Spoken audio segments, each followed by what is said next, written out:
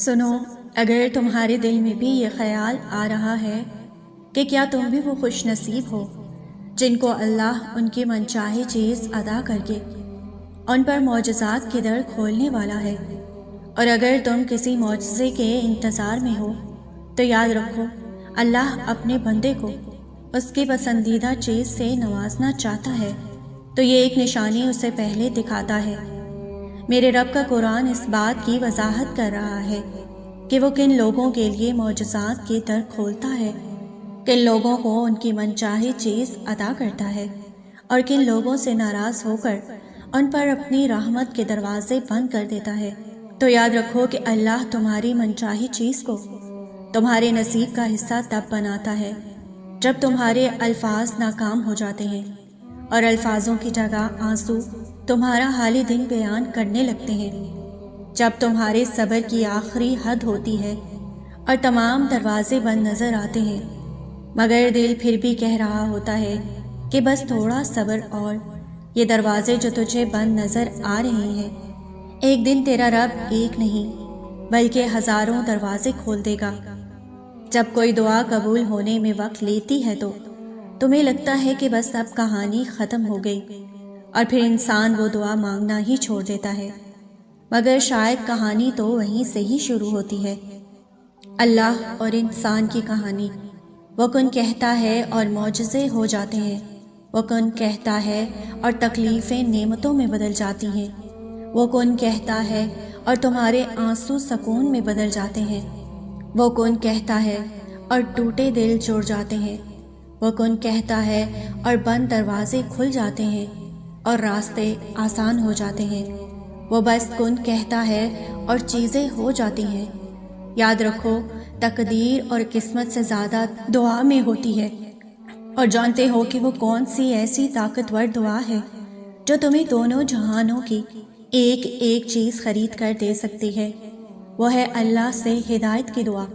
اس دعا میں اتنی طاقت ہے کہ اللہ کہتا ہے کہ جب میرا بندہ میرے پاس ہدایت کی دعا لے کر آتا ہے تو مجھے اس پر اس قدر پیار آتا ہے کہ میں اس کی پسندیدہ دعاؤں پر کن فرما دیتا ہوں اور اس کی دنیا اور آخرت دونوں سنوار کر رکھ دیتا ہوں۔ اگر تم اللہ سے اپنی منچاہی چیز پانا چاہتے ہو تو یاد رکھو کہ جب بندہ مومن اپنے رب کے ساتھ مخلصانہ تعلق رکھتا ہے اور اس میں کوئی منافقت نہیں رکھتا، کوئی فریب نہیں، تو اللہ کا تعلق بھی اس کے ساتھ ویسا ہی ہوتا ہے۔ اللہ فرماتا ہے کہ میرا بندہ میرے بارے میں جو کچھ گمان کرتا ہے میں وہی سلوک اس کے ساتھ کرتا ہوں، اور اگر تم اللہ سے معجزات کے در کھلوانا چاہتے ہو تو اللہ سے بڑے بڑے گمان رکھو۔ یاد رکھو وہ نصیب کا ہر لفظ بدل سکتا ہے اور زندگی کا ہر پہلو تمہاری چاہت کے مطابق بنا سکتا ہے۔ رب ہی ہے جو مانگنے پر خوش اور نہ مانگنے پر خفا ہو جاتا ہے۔ اور اگر تم یہ سوچ رہے ہو کہ اللہ تمہاری پسندیدہ چیز تمہارے نصیب کا حصہ کب بناتا ہے اور اپنا کن کب فرماتا ہے، تو یاد رکھو کہ جب تم اللہ سے مخلص دل سے مانگتے ہو اور اپنی ذات سے کسی کی حق تلفی نہیں کرتے تو اللہ بھی تمہارے ساتھ بھلائی کا معاملہ کرتا ہے۔ تمہارا دل صاف ہوتا ہے تو اللہ خود بڑھ کر تمہارا ساتھ دیتا ہے اور تمہارے کام میں آسانی پیدا کر دیتا ہے۔ ایک حدیث میں آتا ہے کہ نبی کریم صلی اللہ علیہ وآلہ وسلم نے فرمایا کہ جو لوگ دوسروں پر رحم کرتے ہیں تمہارا رب ان پر رحم فرماتا ہے۔ تم رحم کرو ان پر جو زمین میں، خدا تم پر رحم فرمائے گا۔ اللہ تم سے فرماتا ہے کہ اے میرے بندے، اگر تو میری رضا پر راضی ہو جائے کہ اللہ جو تم مجھے دینا چاہتا ہے میں اسی پر راضی ہوں، تو وہ فرماتا ہے کہ میں تجھے وہ بھی دوں گا جو تو اپنے لیے چاہتا ہے۔ اللہ قرآن میں قسم کھا کر کہتا ہے کہ جس نے مجھے راضی کر لیا میں یقیناً اسے ہر پریشانی سے نجات اور پرسکون زندگی عطا کروں گا۔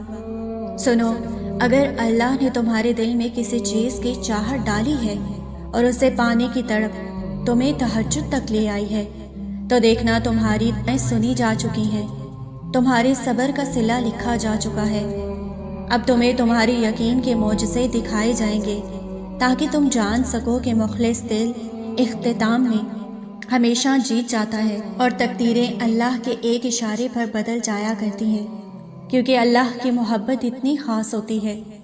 کہ اگر انسان جائے نماز پر سے سر جھکا کر بیٹھا رہے، کچھ نہ بھی بولے، تب بھی وہ رب کچھ لمحوں میں ایسا سکون بندے کے دل میں اتار دیتا ہے کہ لگتا ہے جیسے اس رب نے پریشان دل کو یہ سمجھا دیا ہو کہ اے میرے بندے، نا امید نہ ہو، میں ہوں نا، سب ٹھیک کر دوں گا،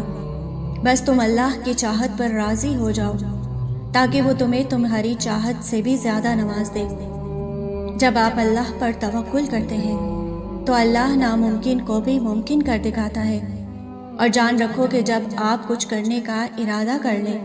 اور ساتھ دعا بھی مانگیں تو وہ ہو کر ہی رہتا ہے۔ آپ کی دعا کی قبولیت کی خاص علامت یہ ہے کہ آپ کی دعا آپ کو بدلنا شروع کر دیتی ہے۔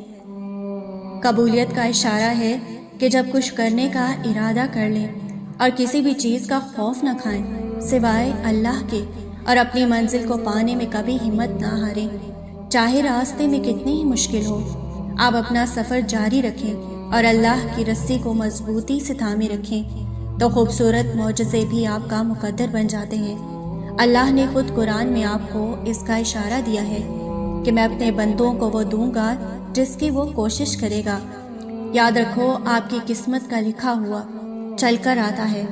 اور اگر وہ نہ بھی آئے تو آپ کو وہاں بلا لیتا ہے۔ جہاں سے آپ سوچنا ختم کر دیتے ہیں وہیں سے اللہ کی تدبیریں کام کرنا شروع کر دیتی ہیں،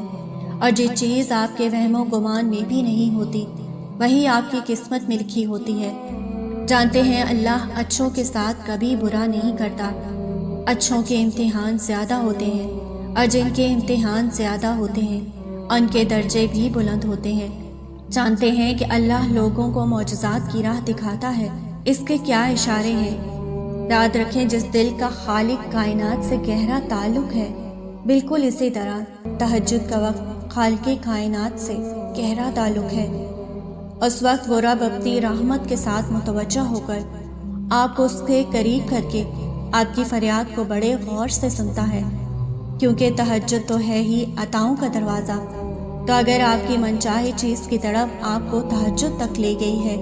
تو یہ اس بات کی واضح نشانی ہے کہ اللہ نے آپ کو خود ان مقبول ساتھ میں مانگنے کی توفیق عطا کی ہے، اور بہت جلد آپ کی تمام ناممکن دعاؤں کو قبولیت کا شرف بخشنے والا ہے، اور پھر اپنے کرم سے آپ کے لیے معجزوں کے ایسے در کھولتا ہے جو آپ کی خوشیوں کا جہاں آپ کے قدموں میں ڈھیر کرنے کا سبب بنتا ہے۔ اور جو اللہ کی خاطر صبر کر لیتا ہے تو اللہ بھی اسے اپنے خاص انعامات سے نوازتا ہے۔ اللہ قرآن میں فرماتا ہے، ضرور قبول ہوں گی تمہاری دعائیں، یہ وعدہ ہے تم سے اللہ کا۔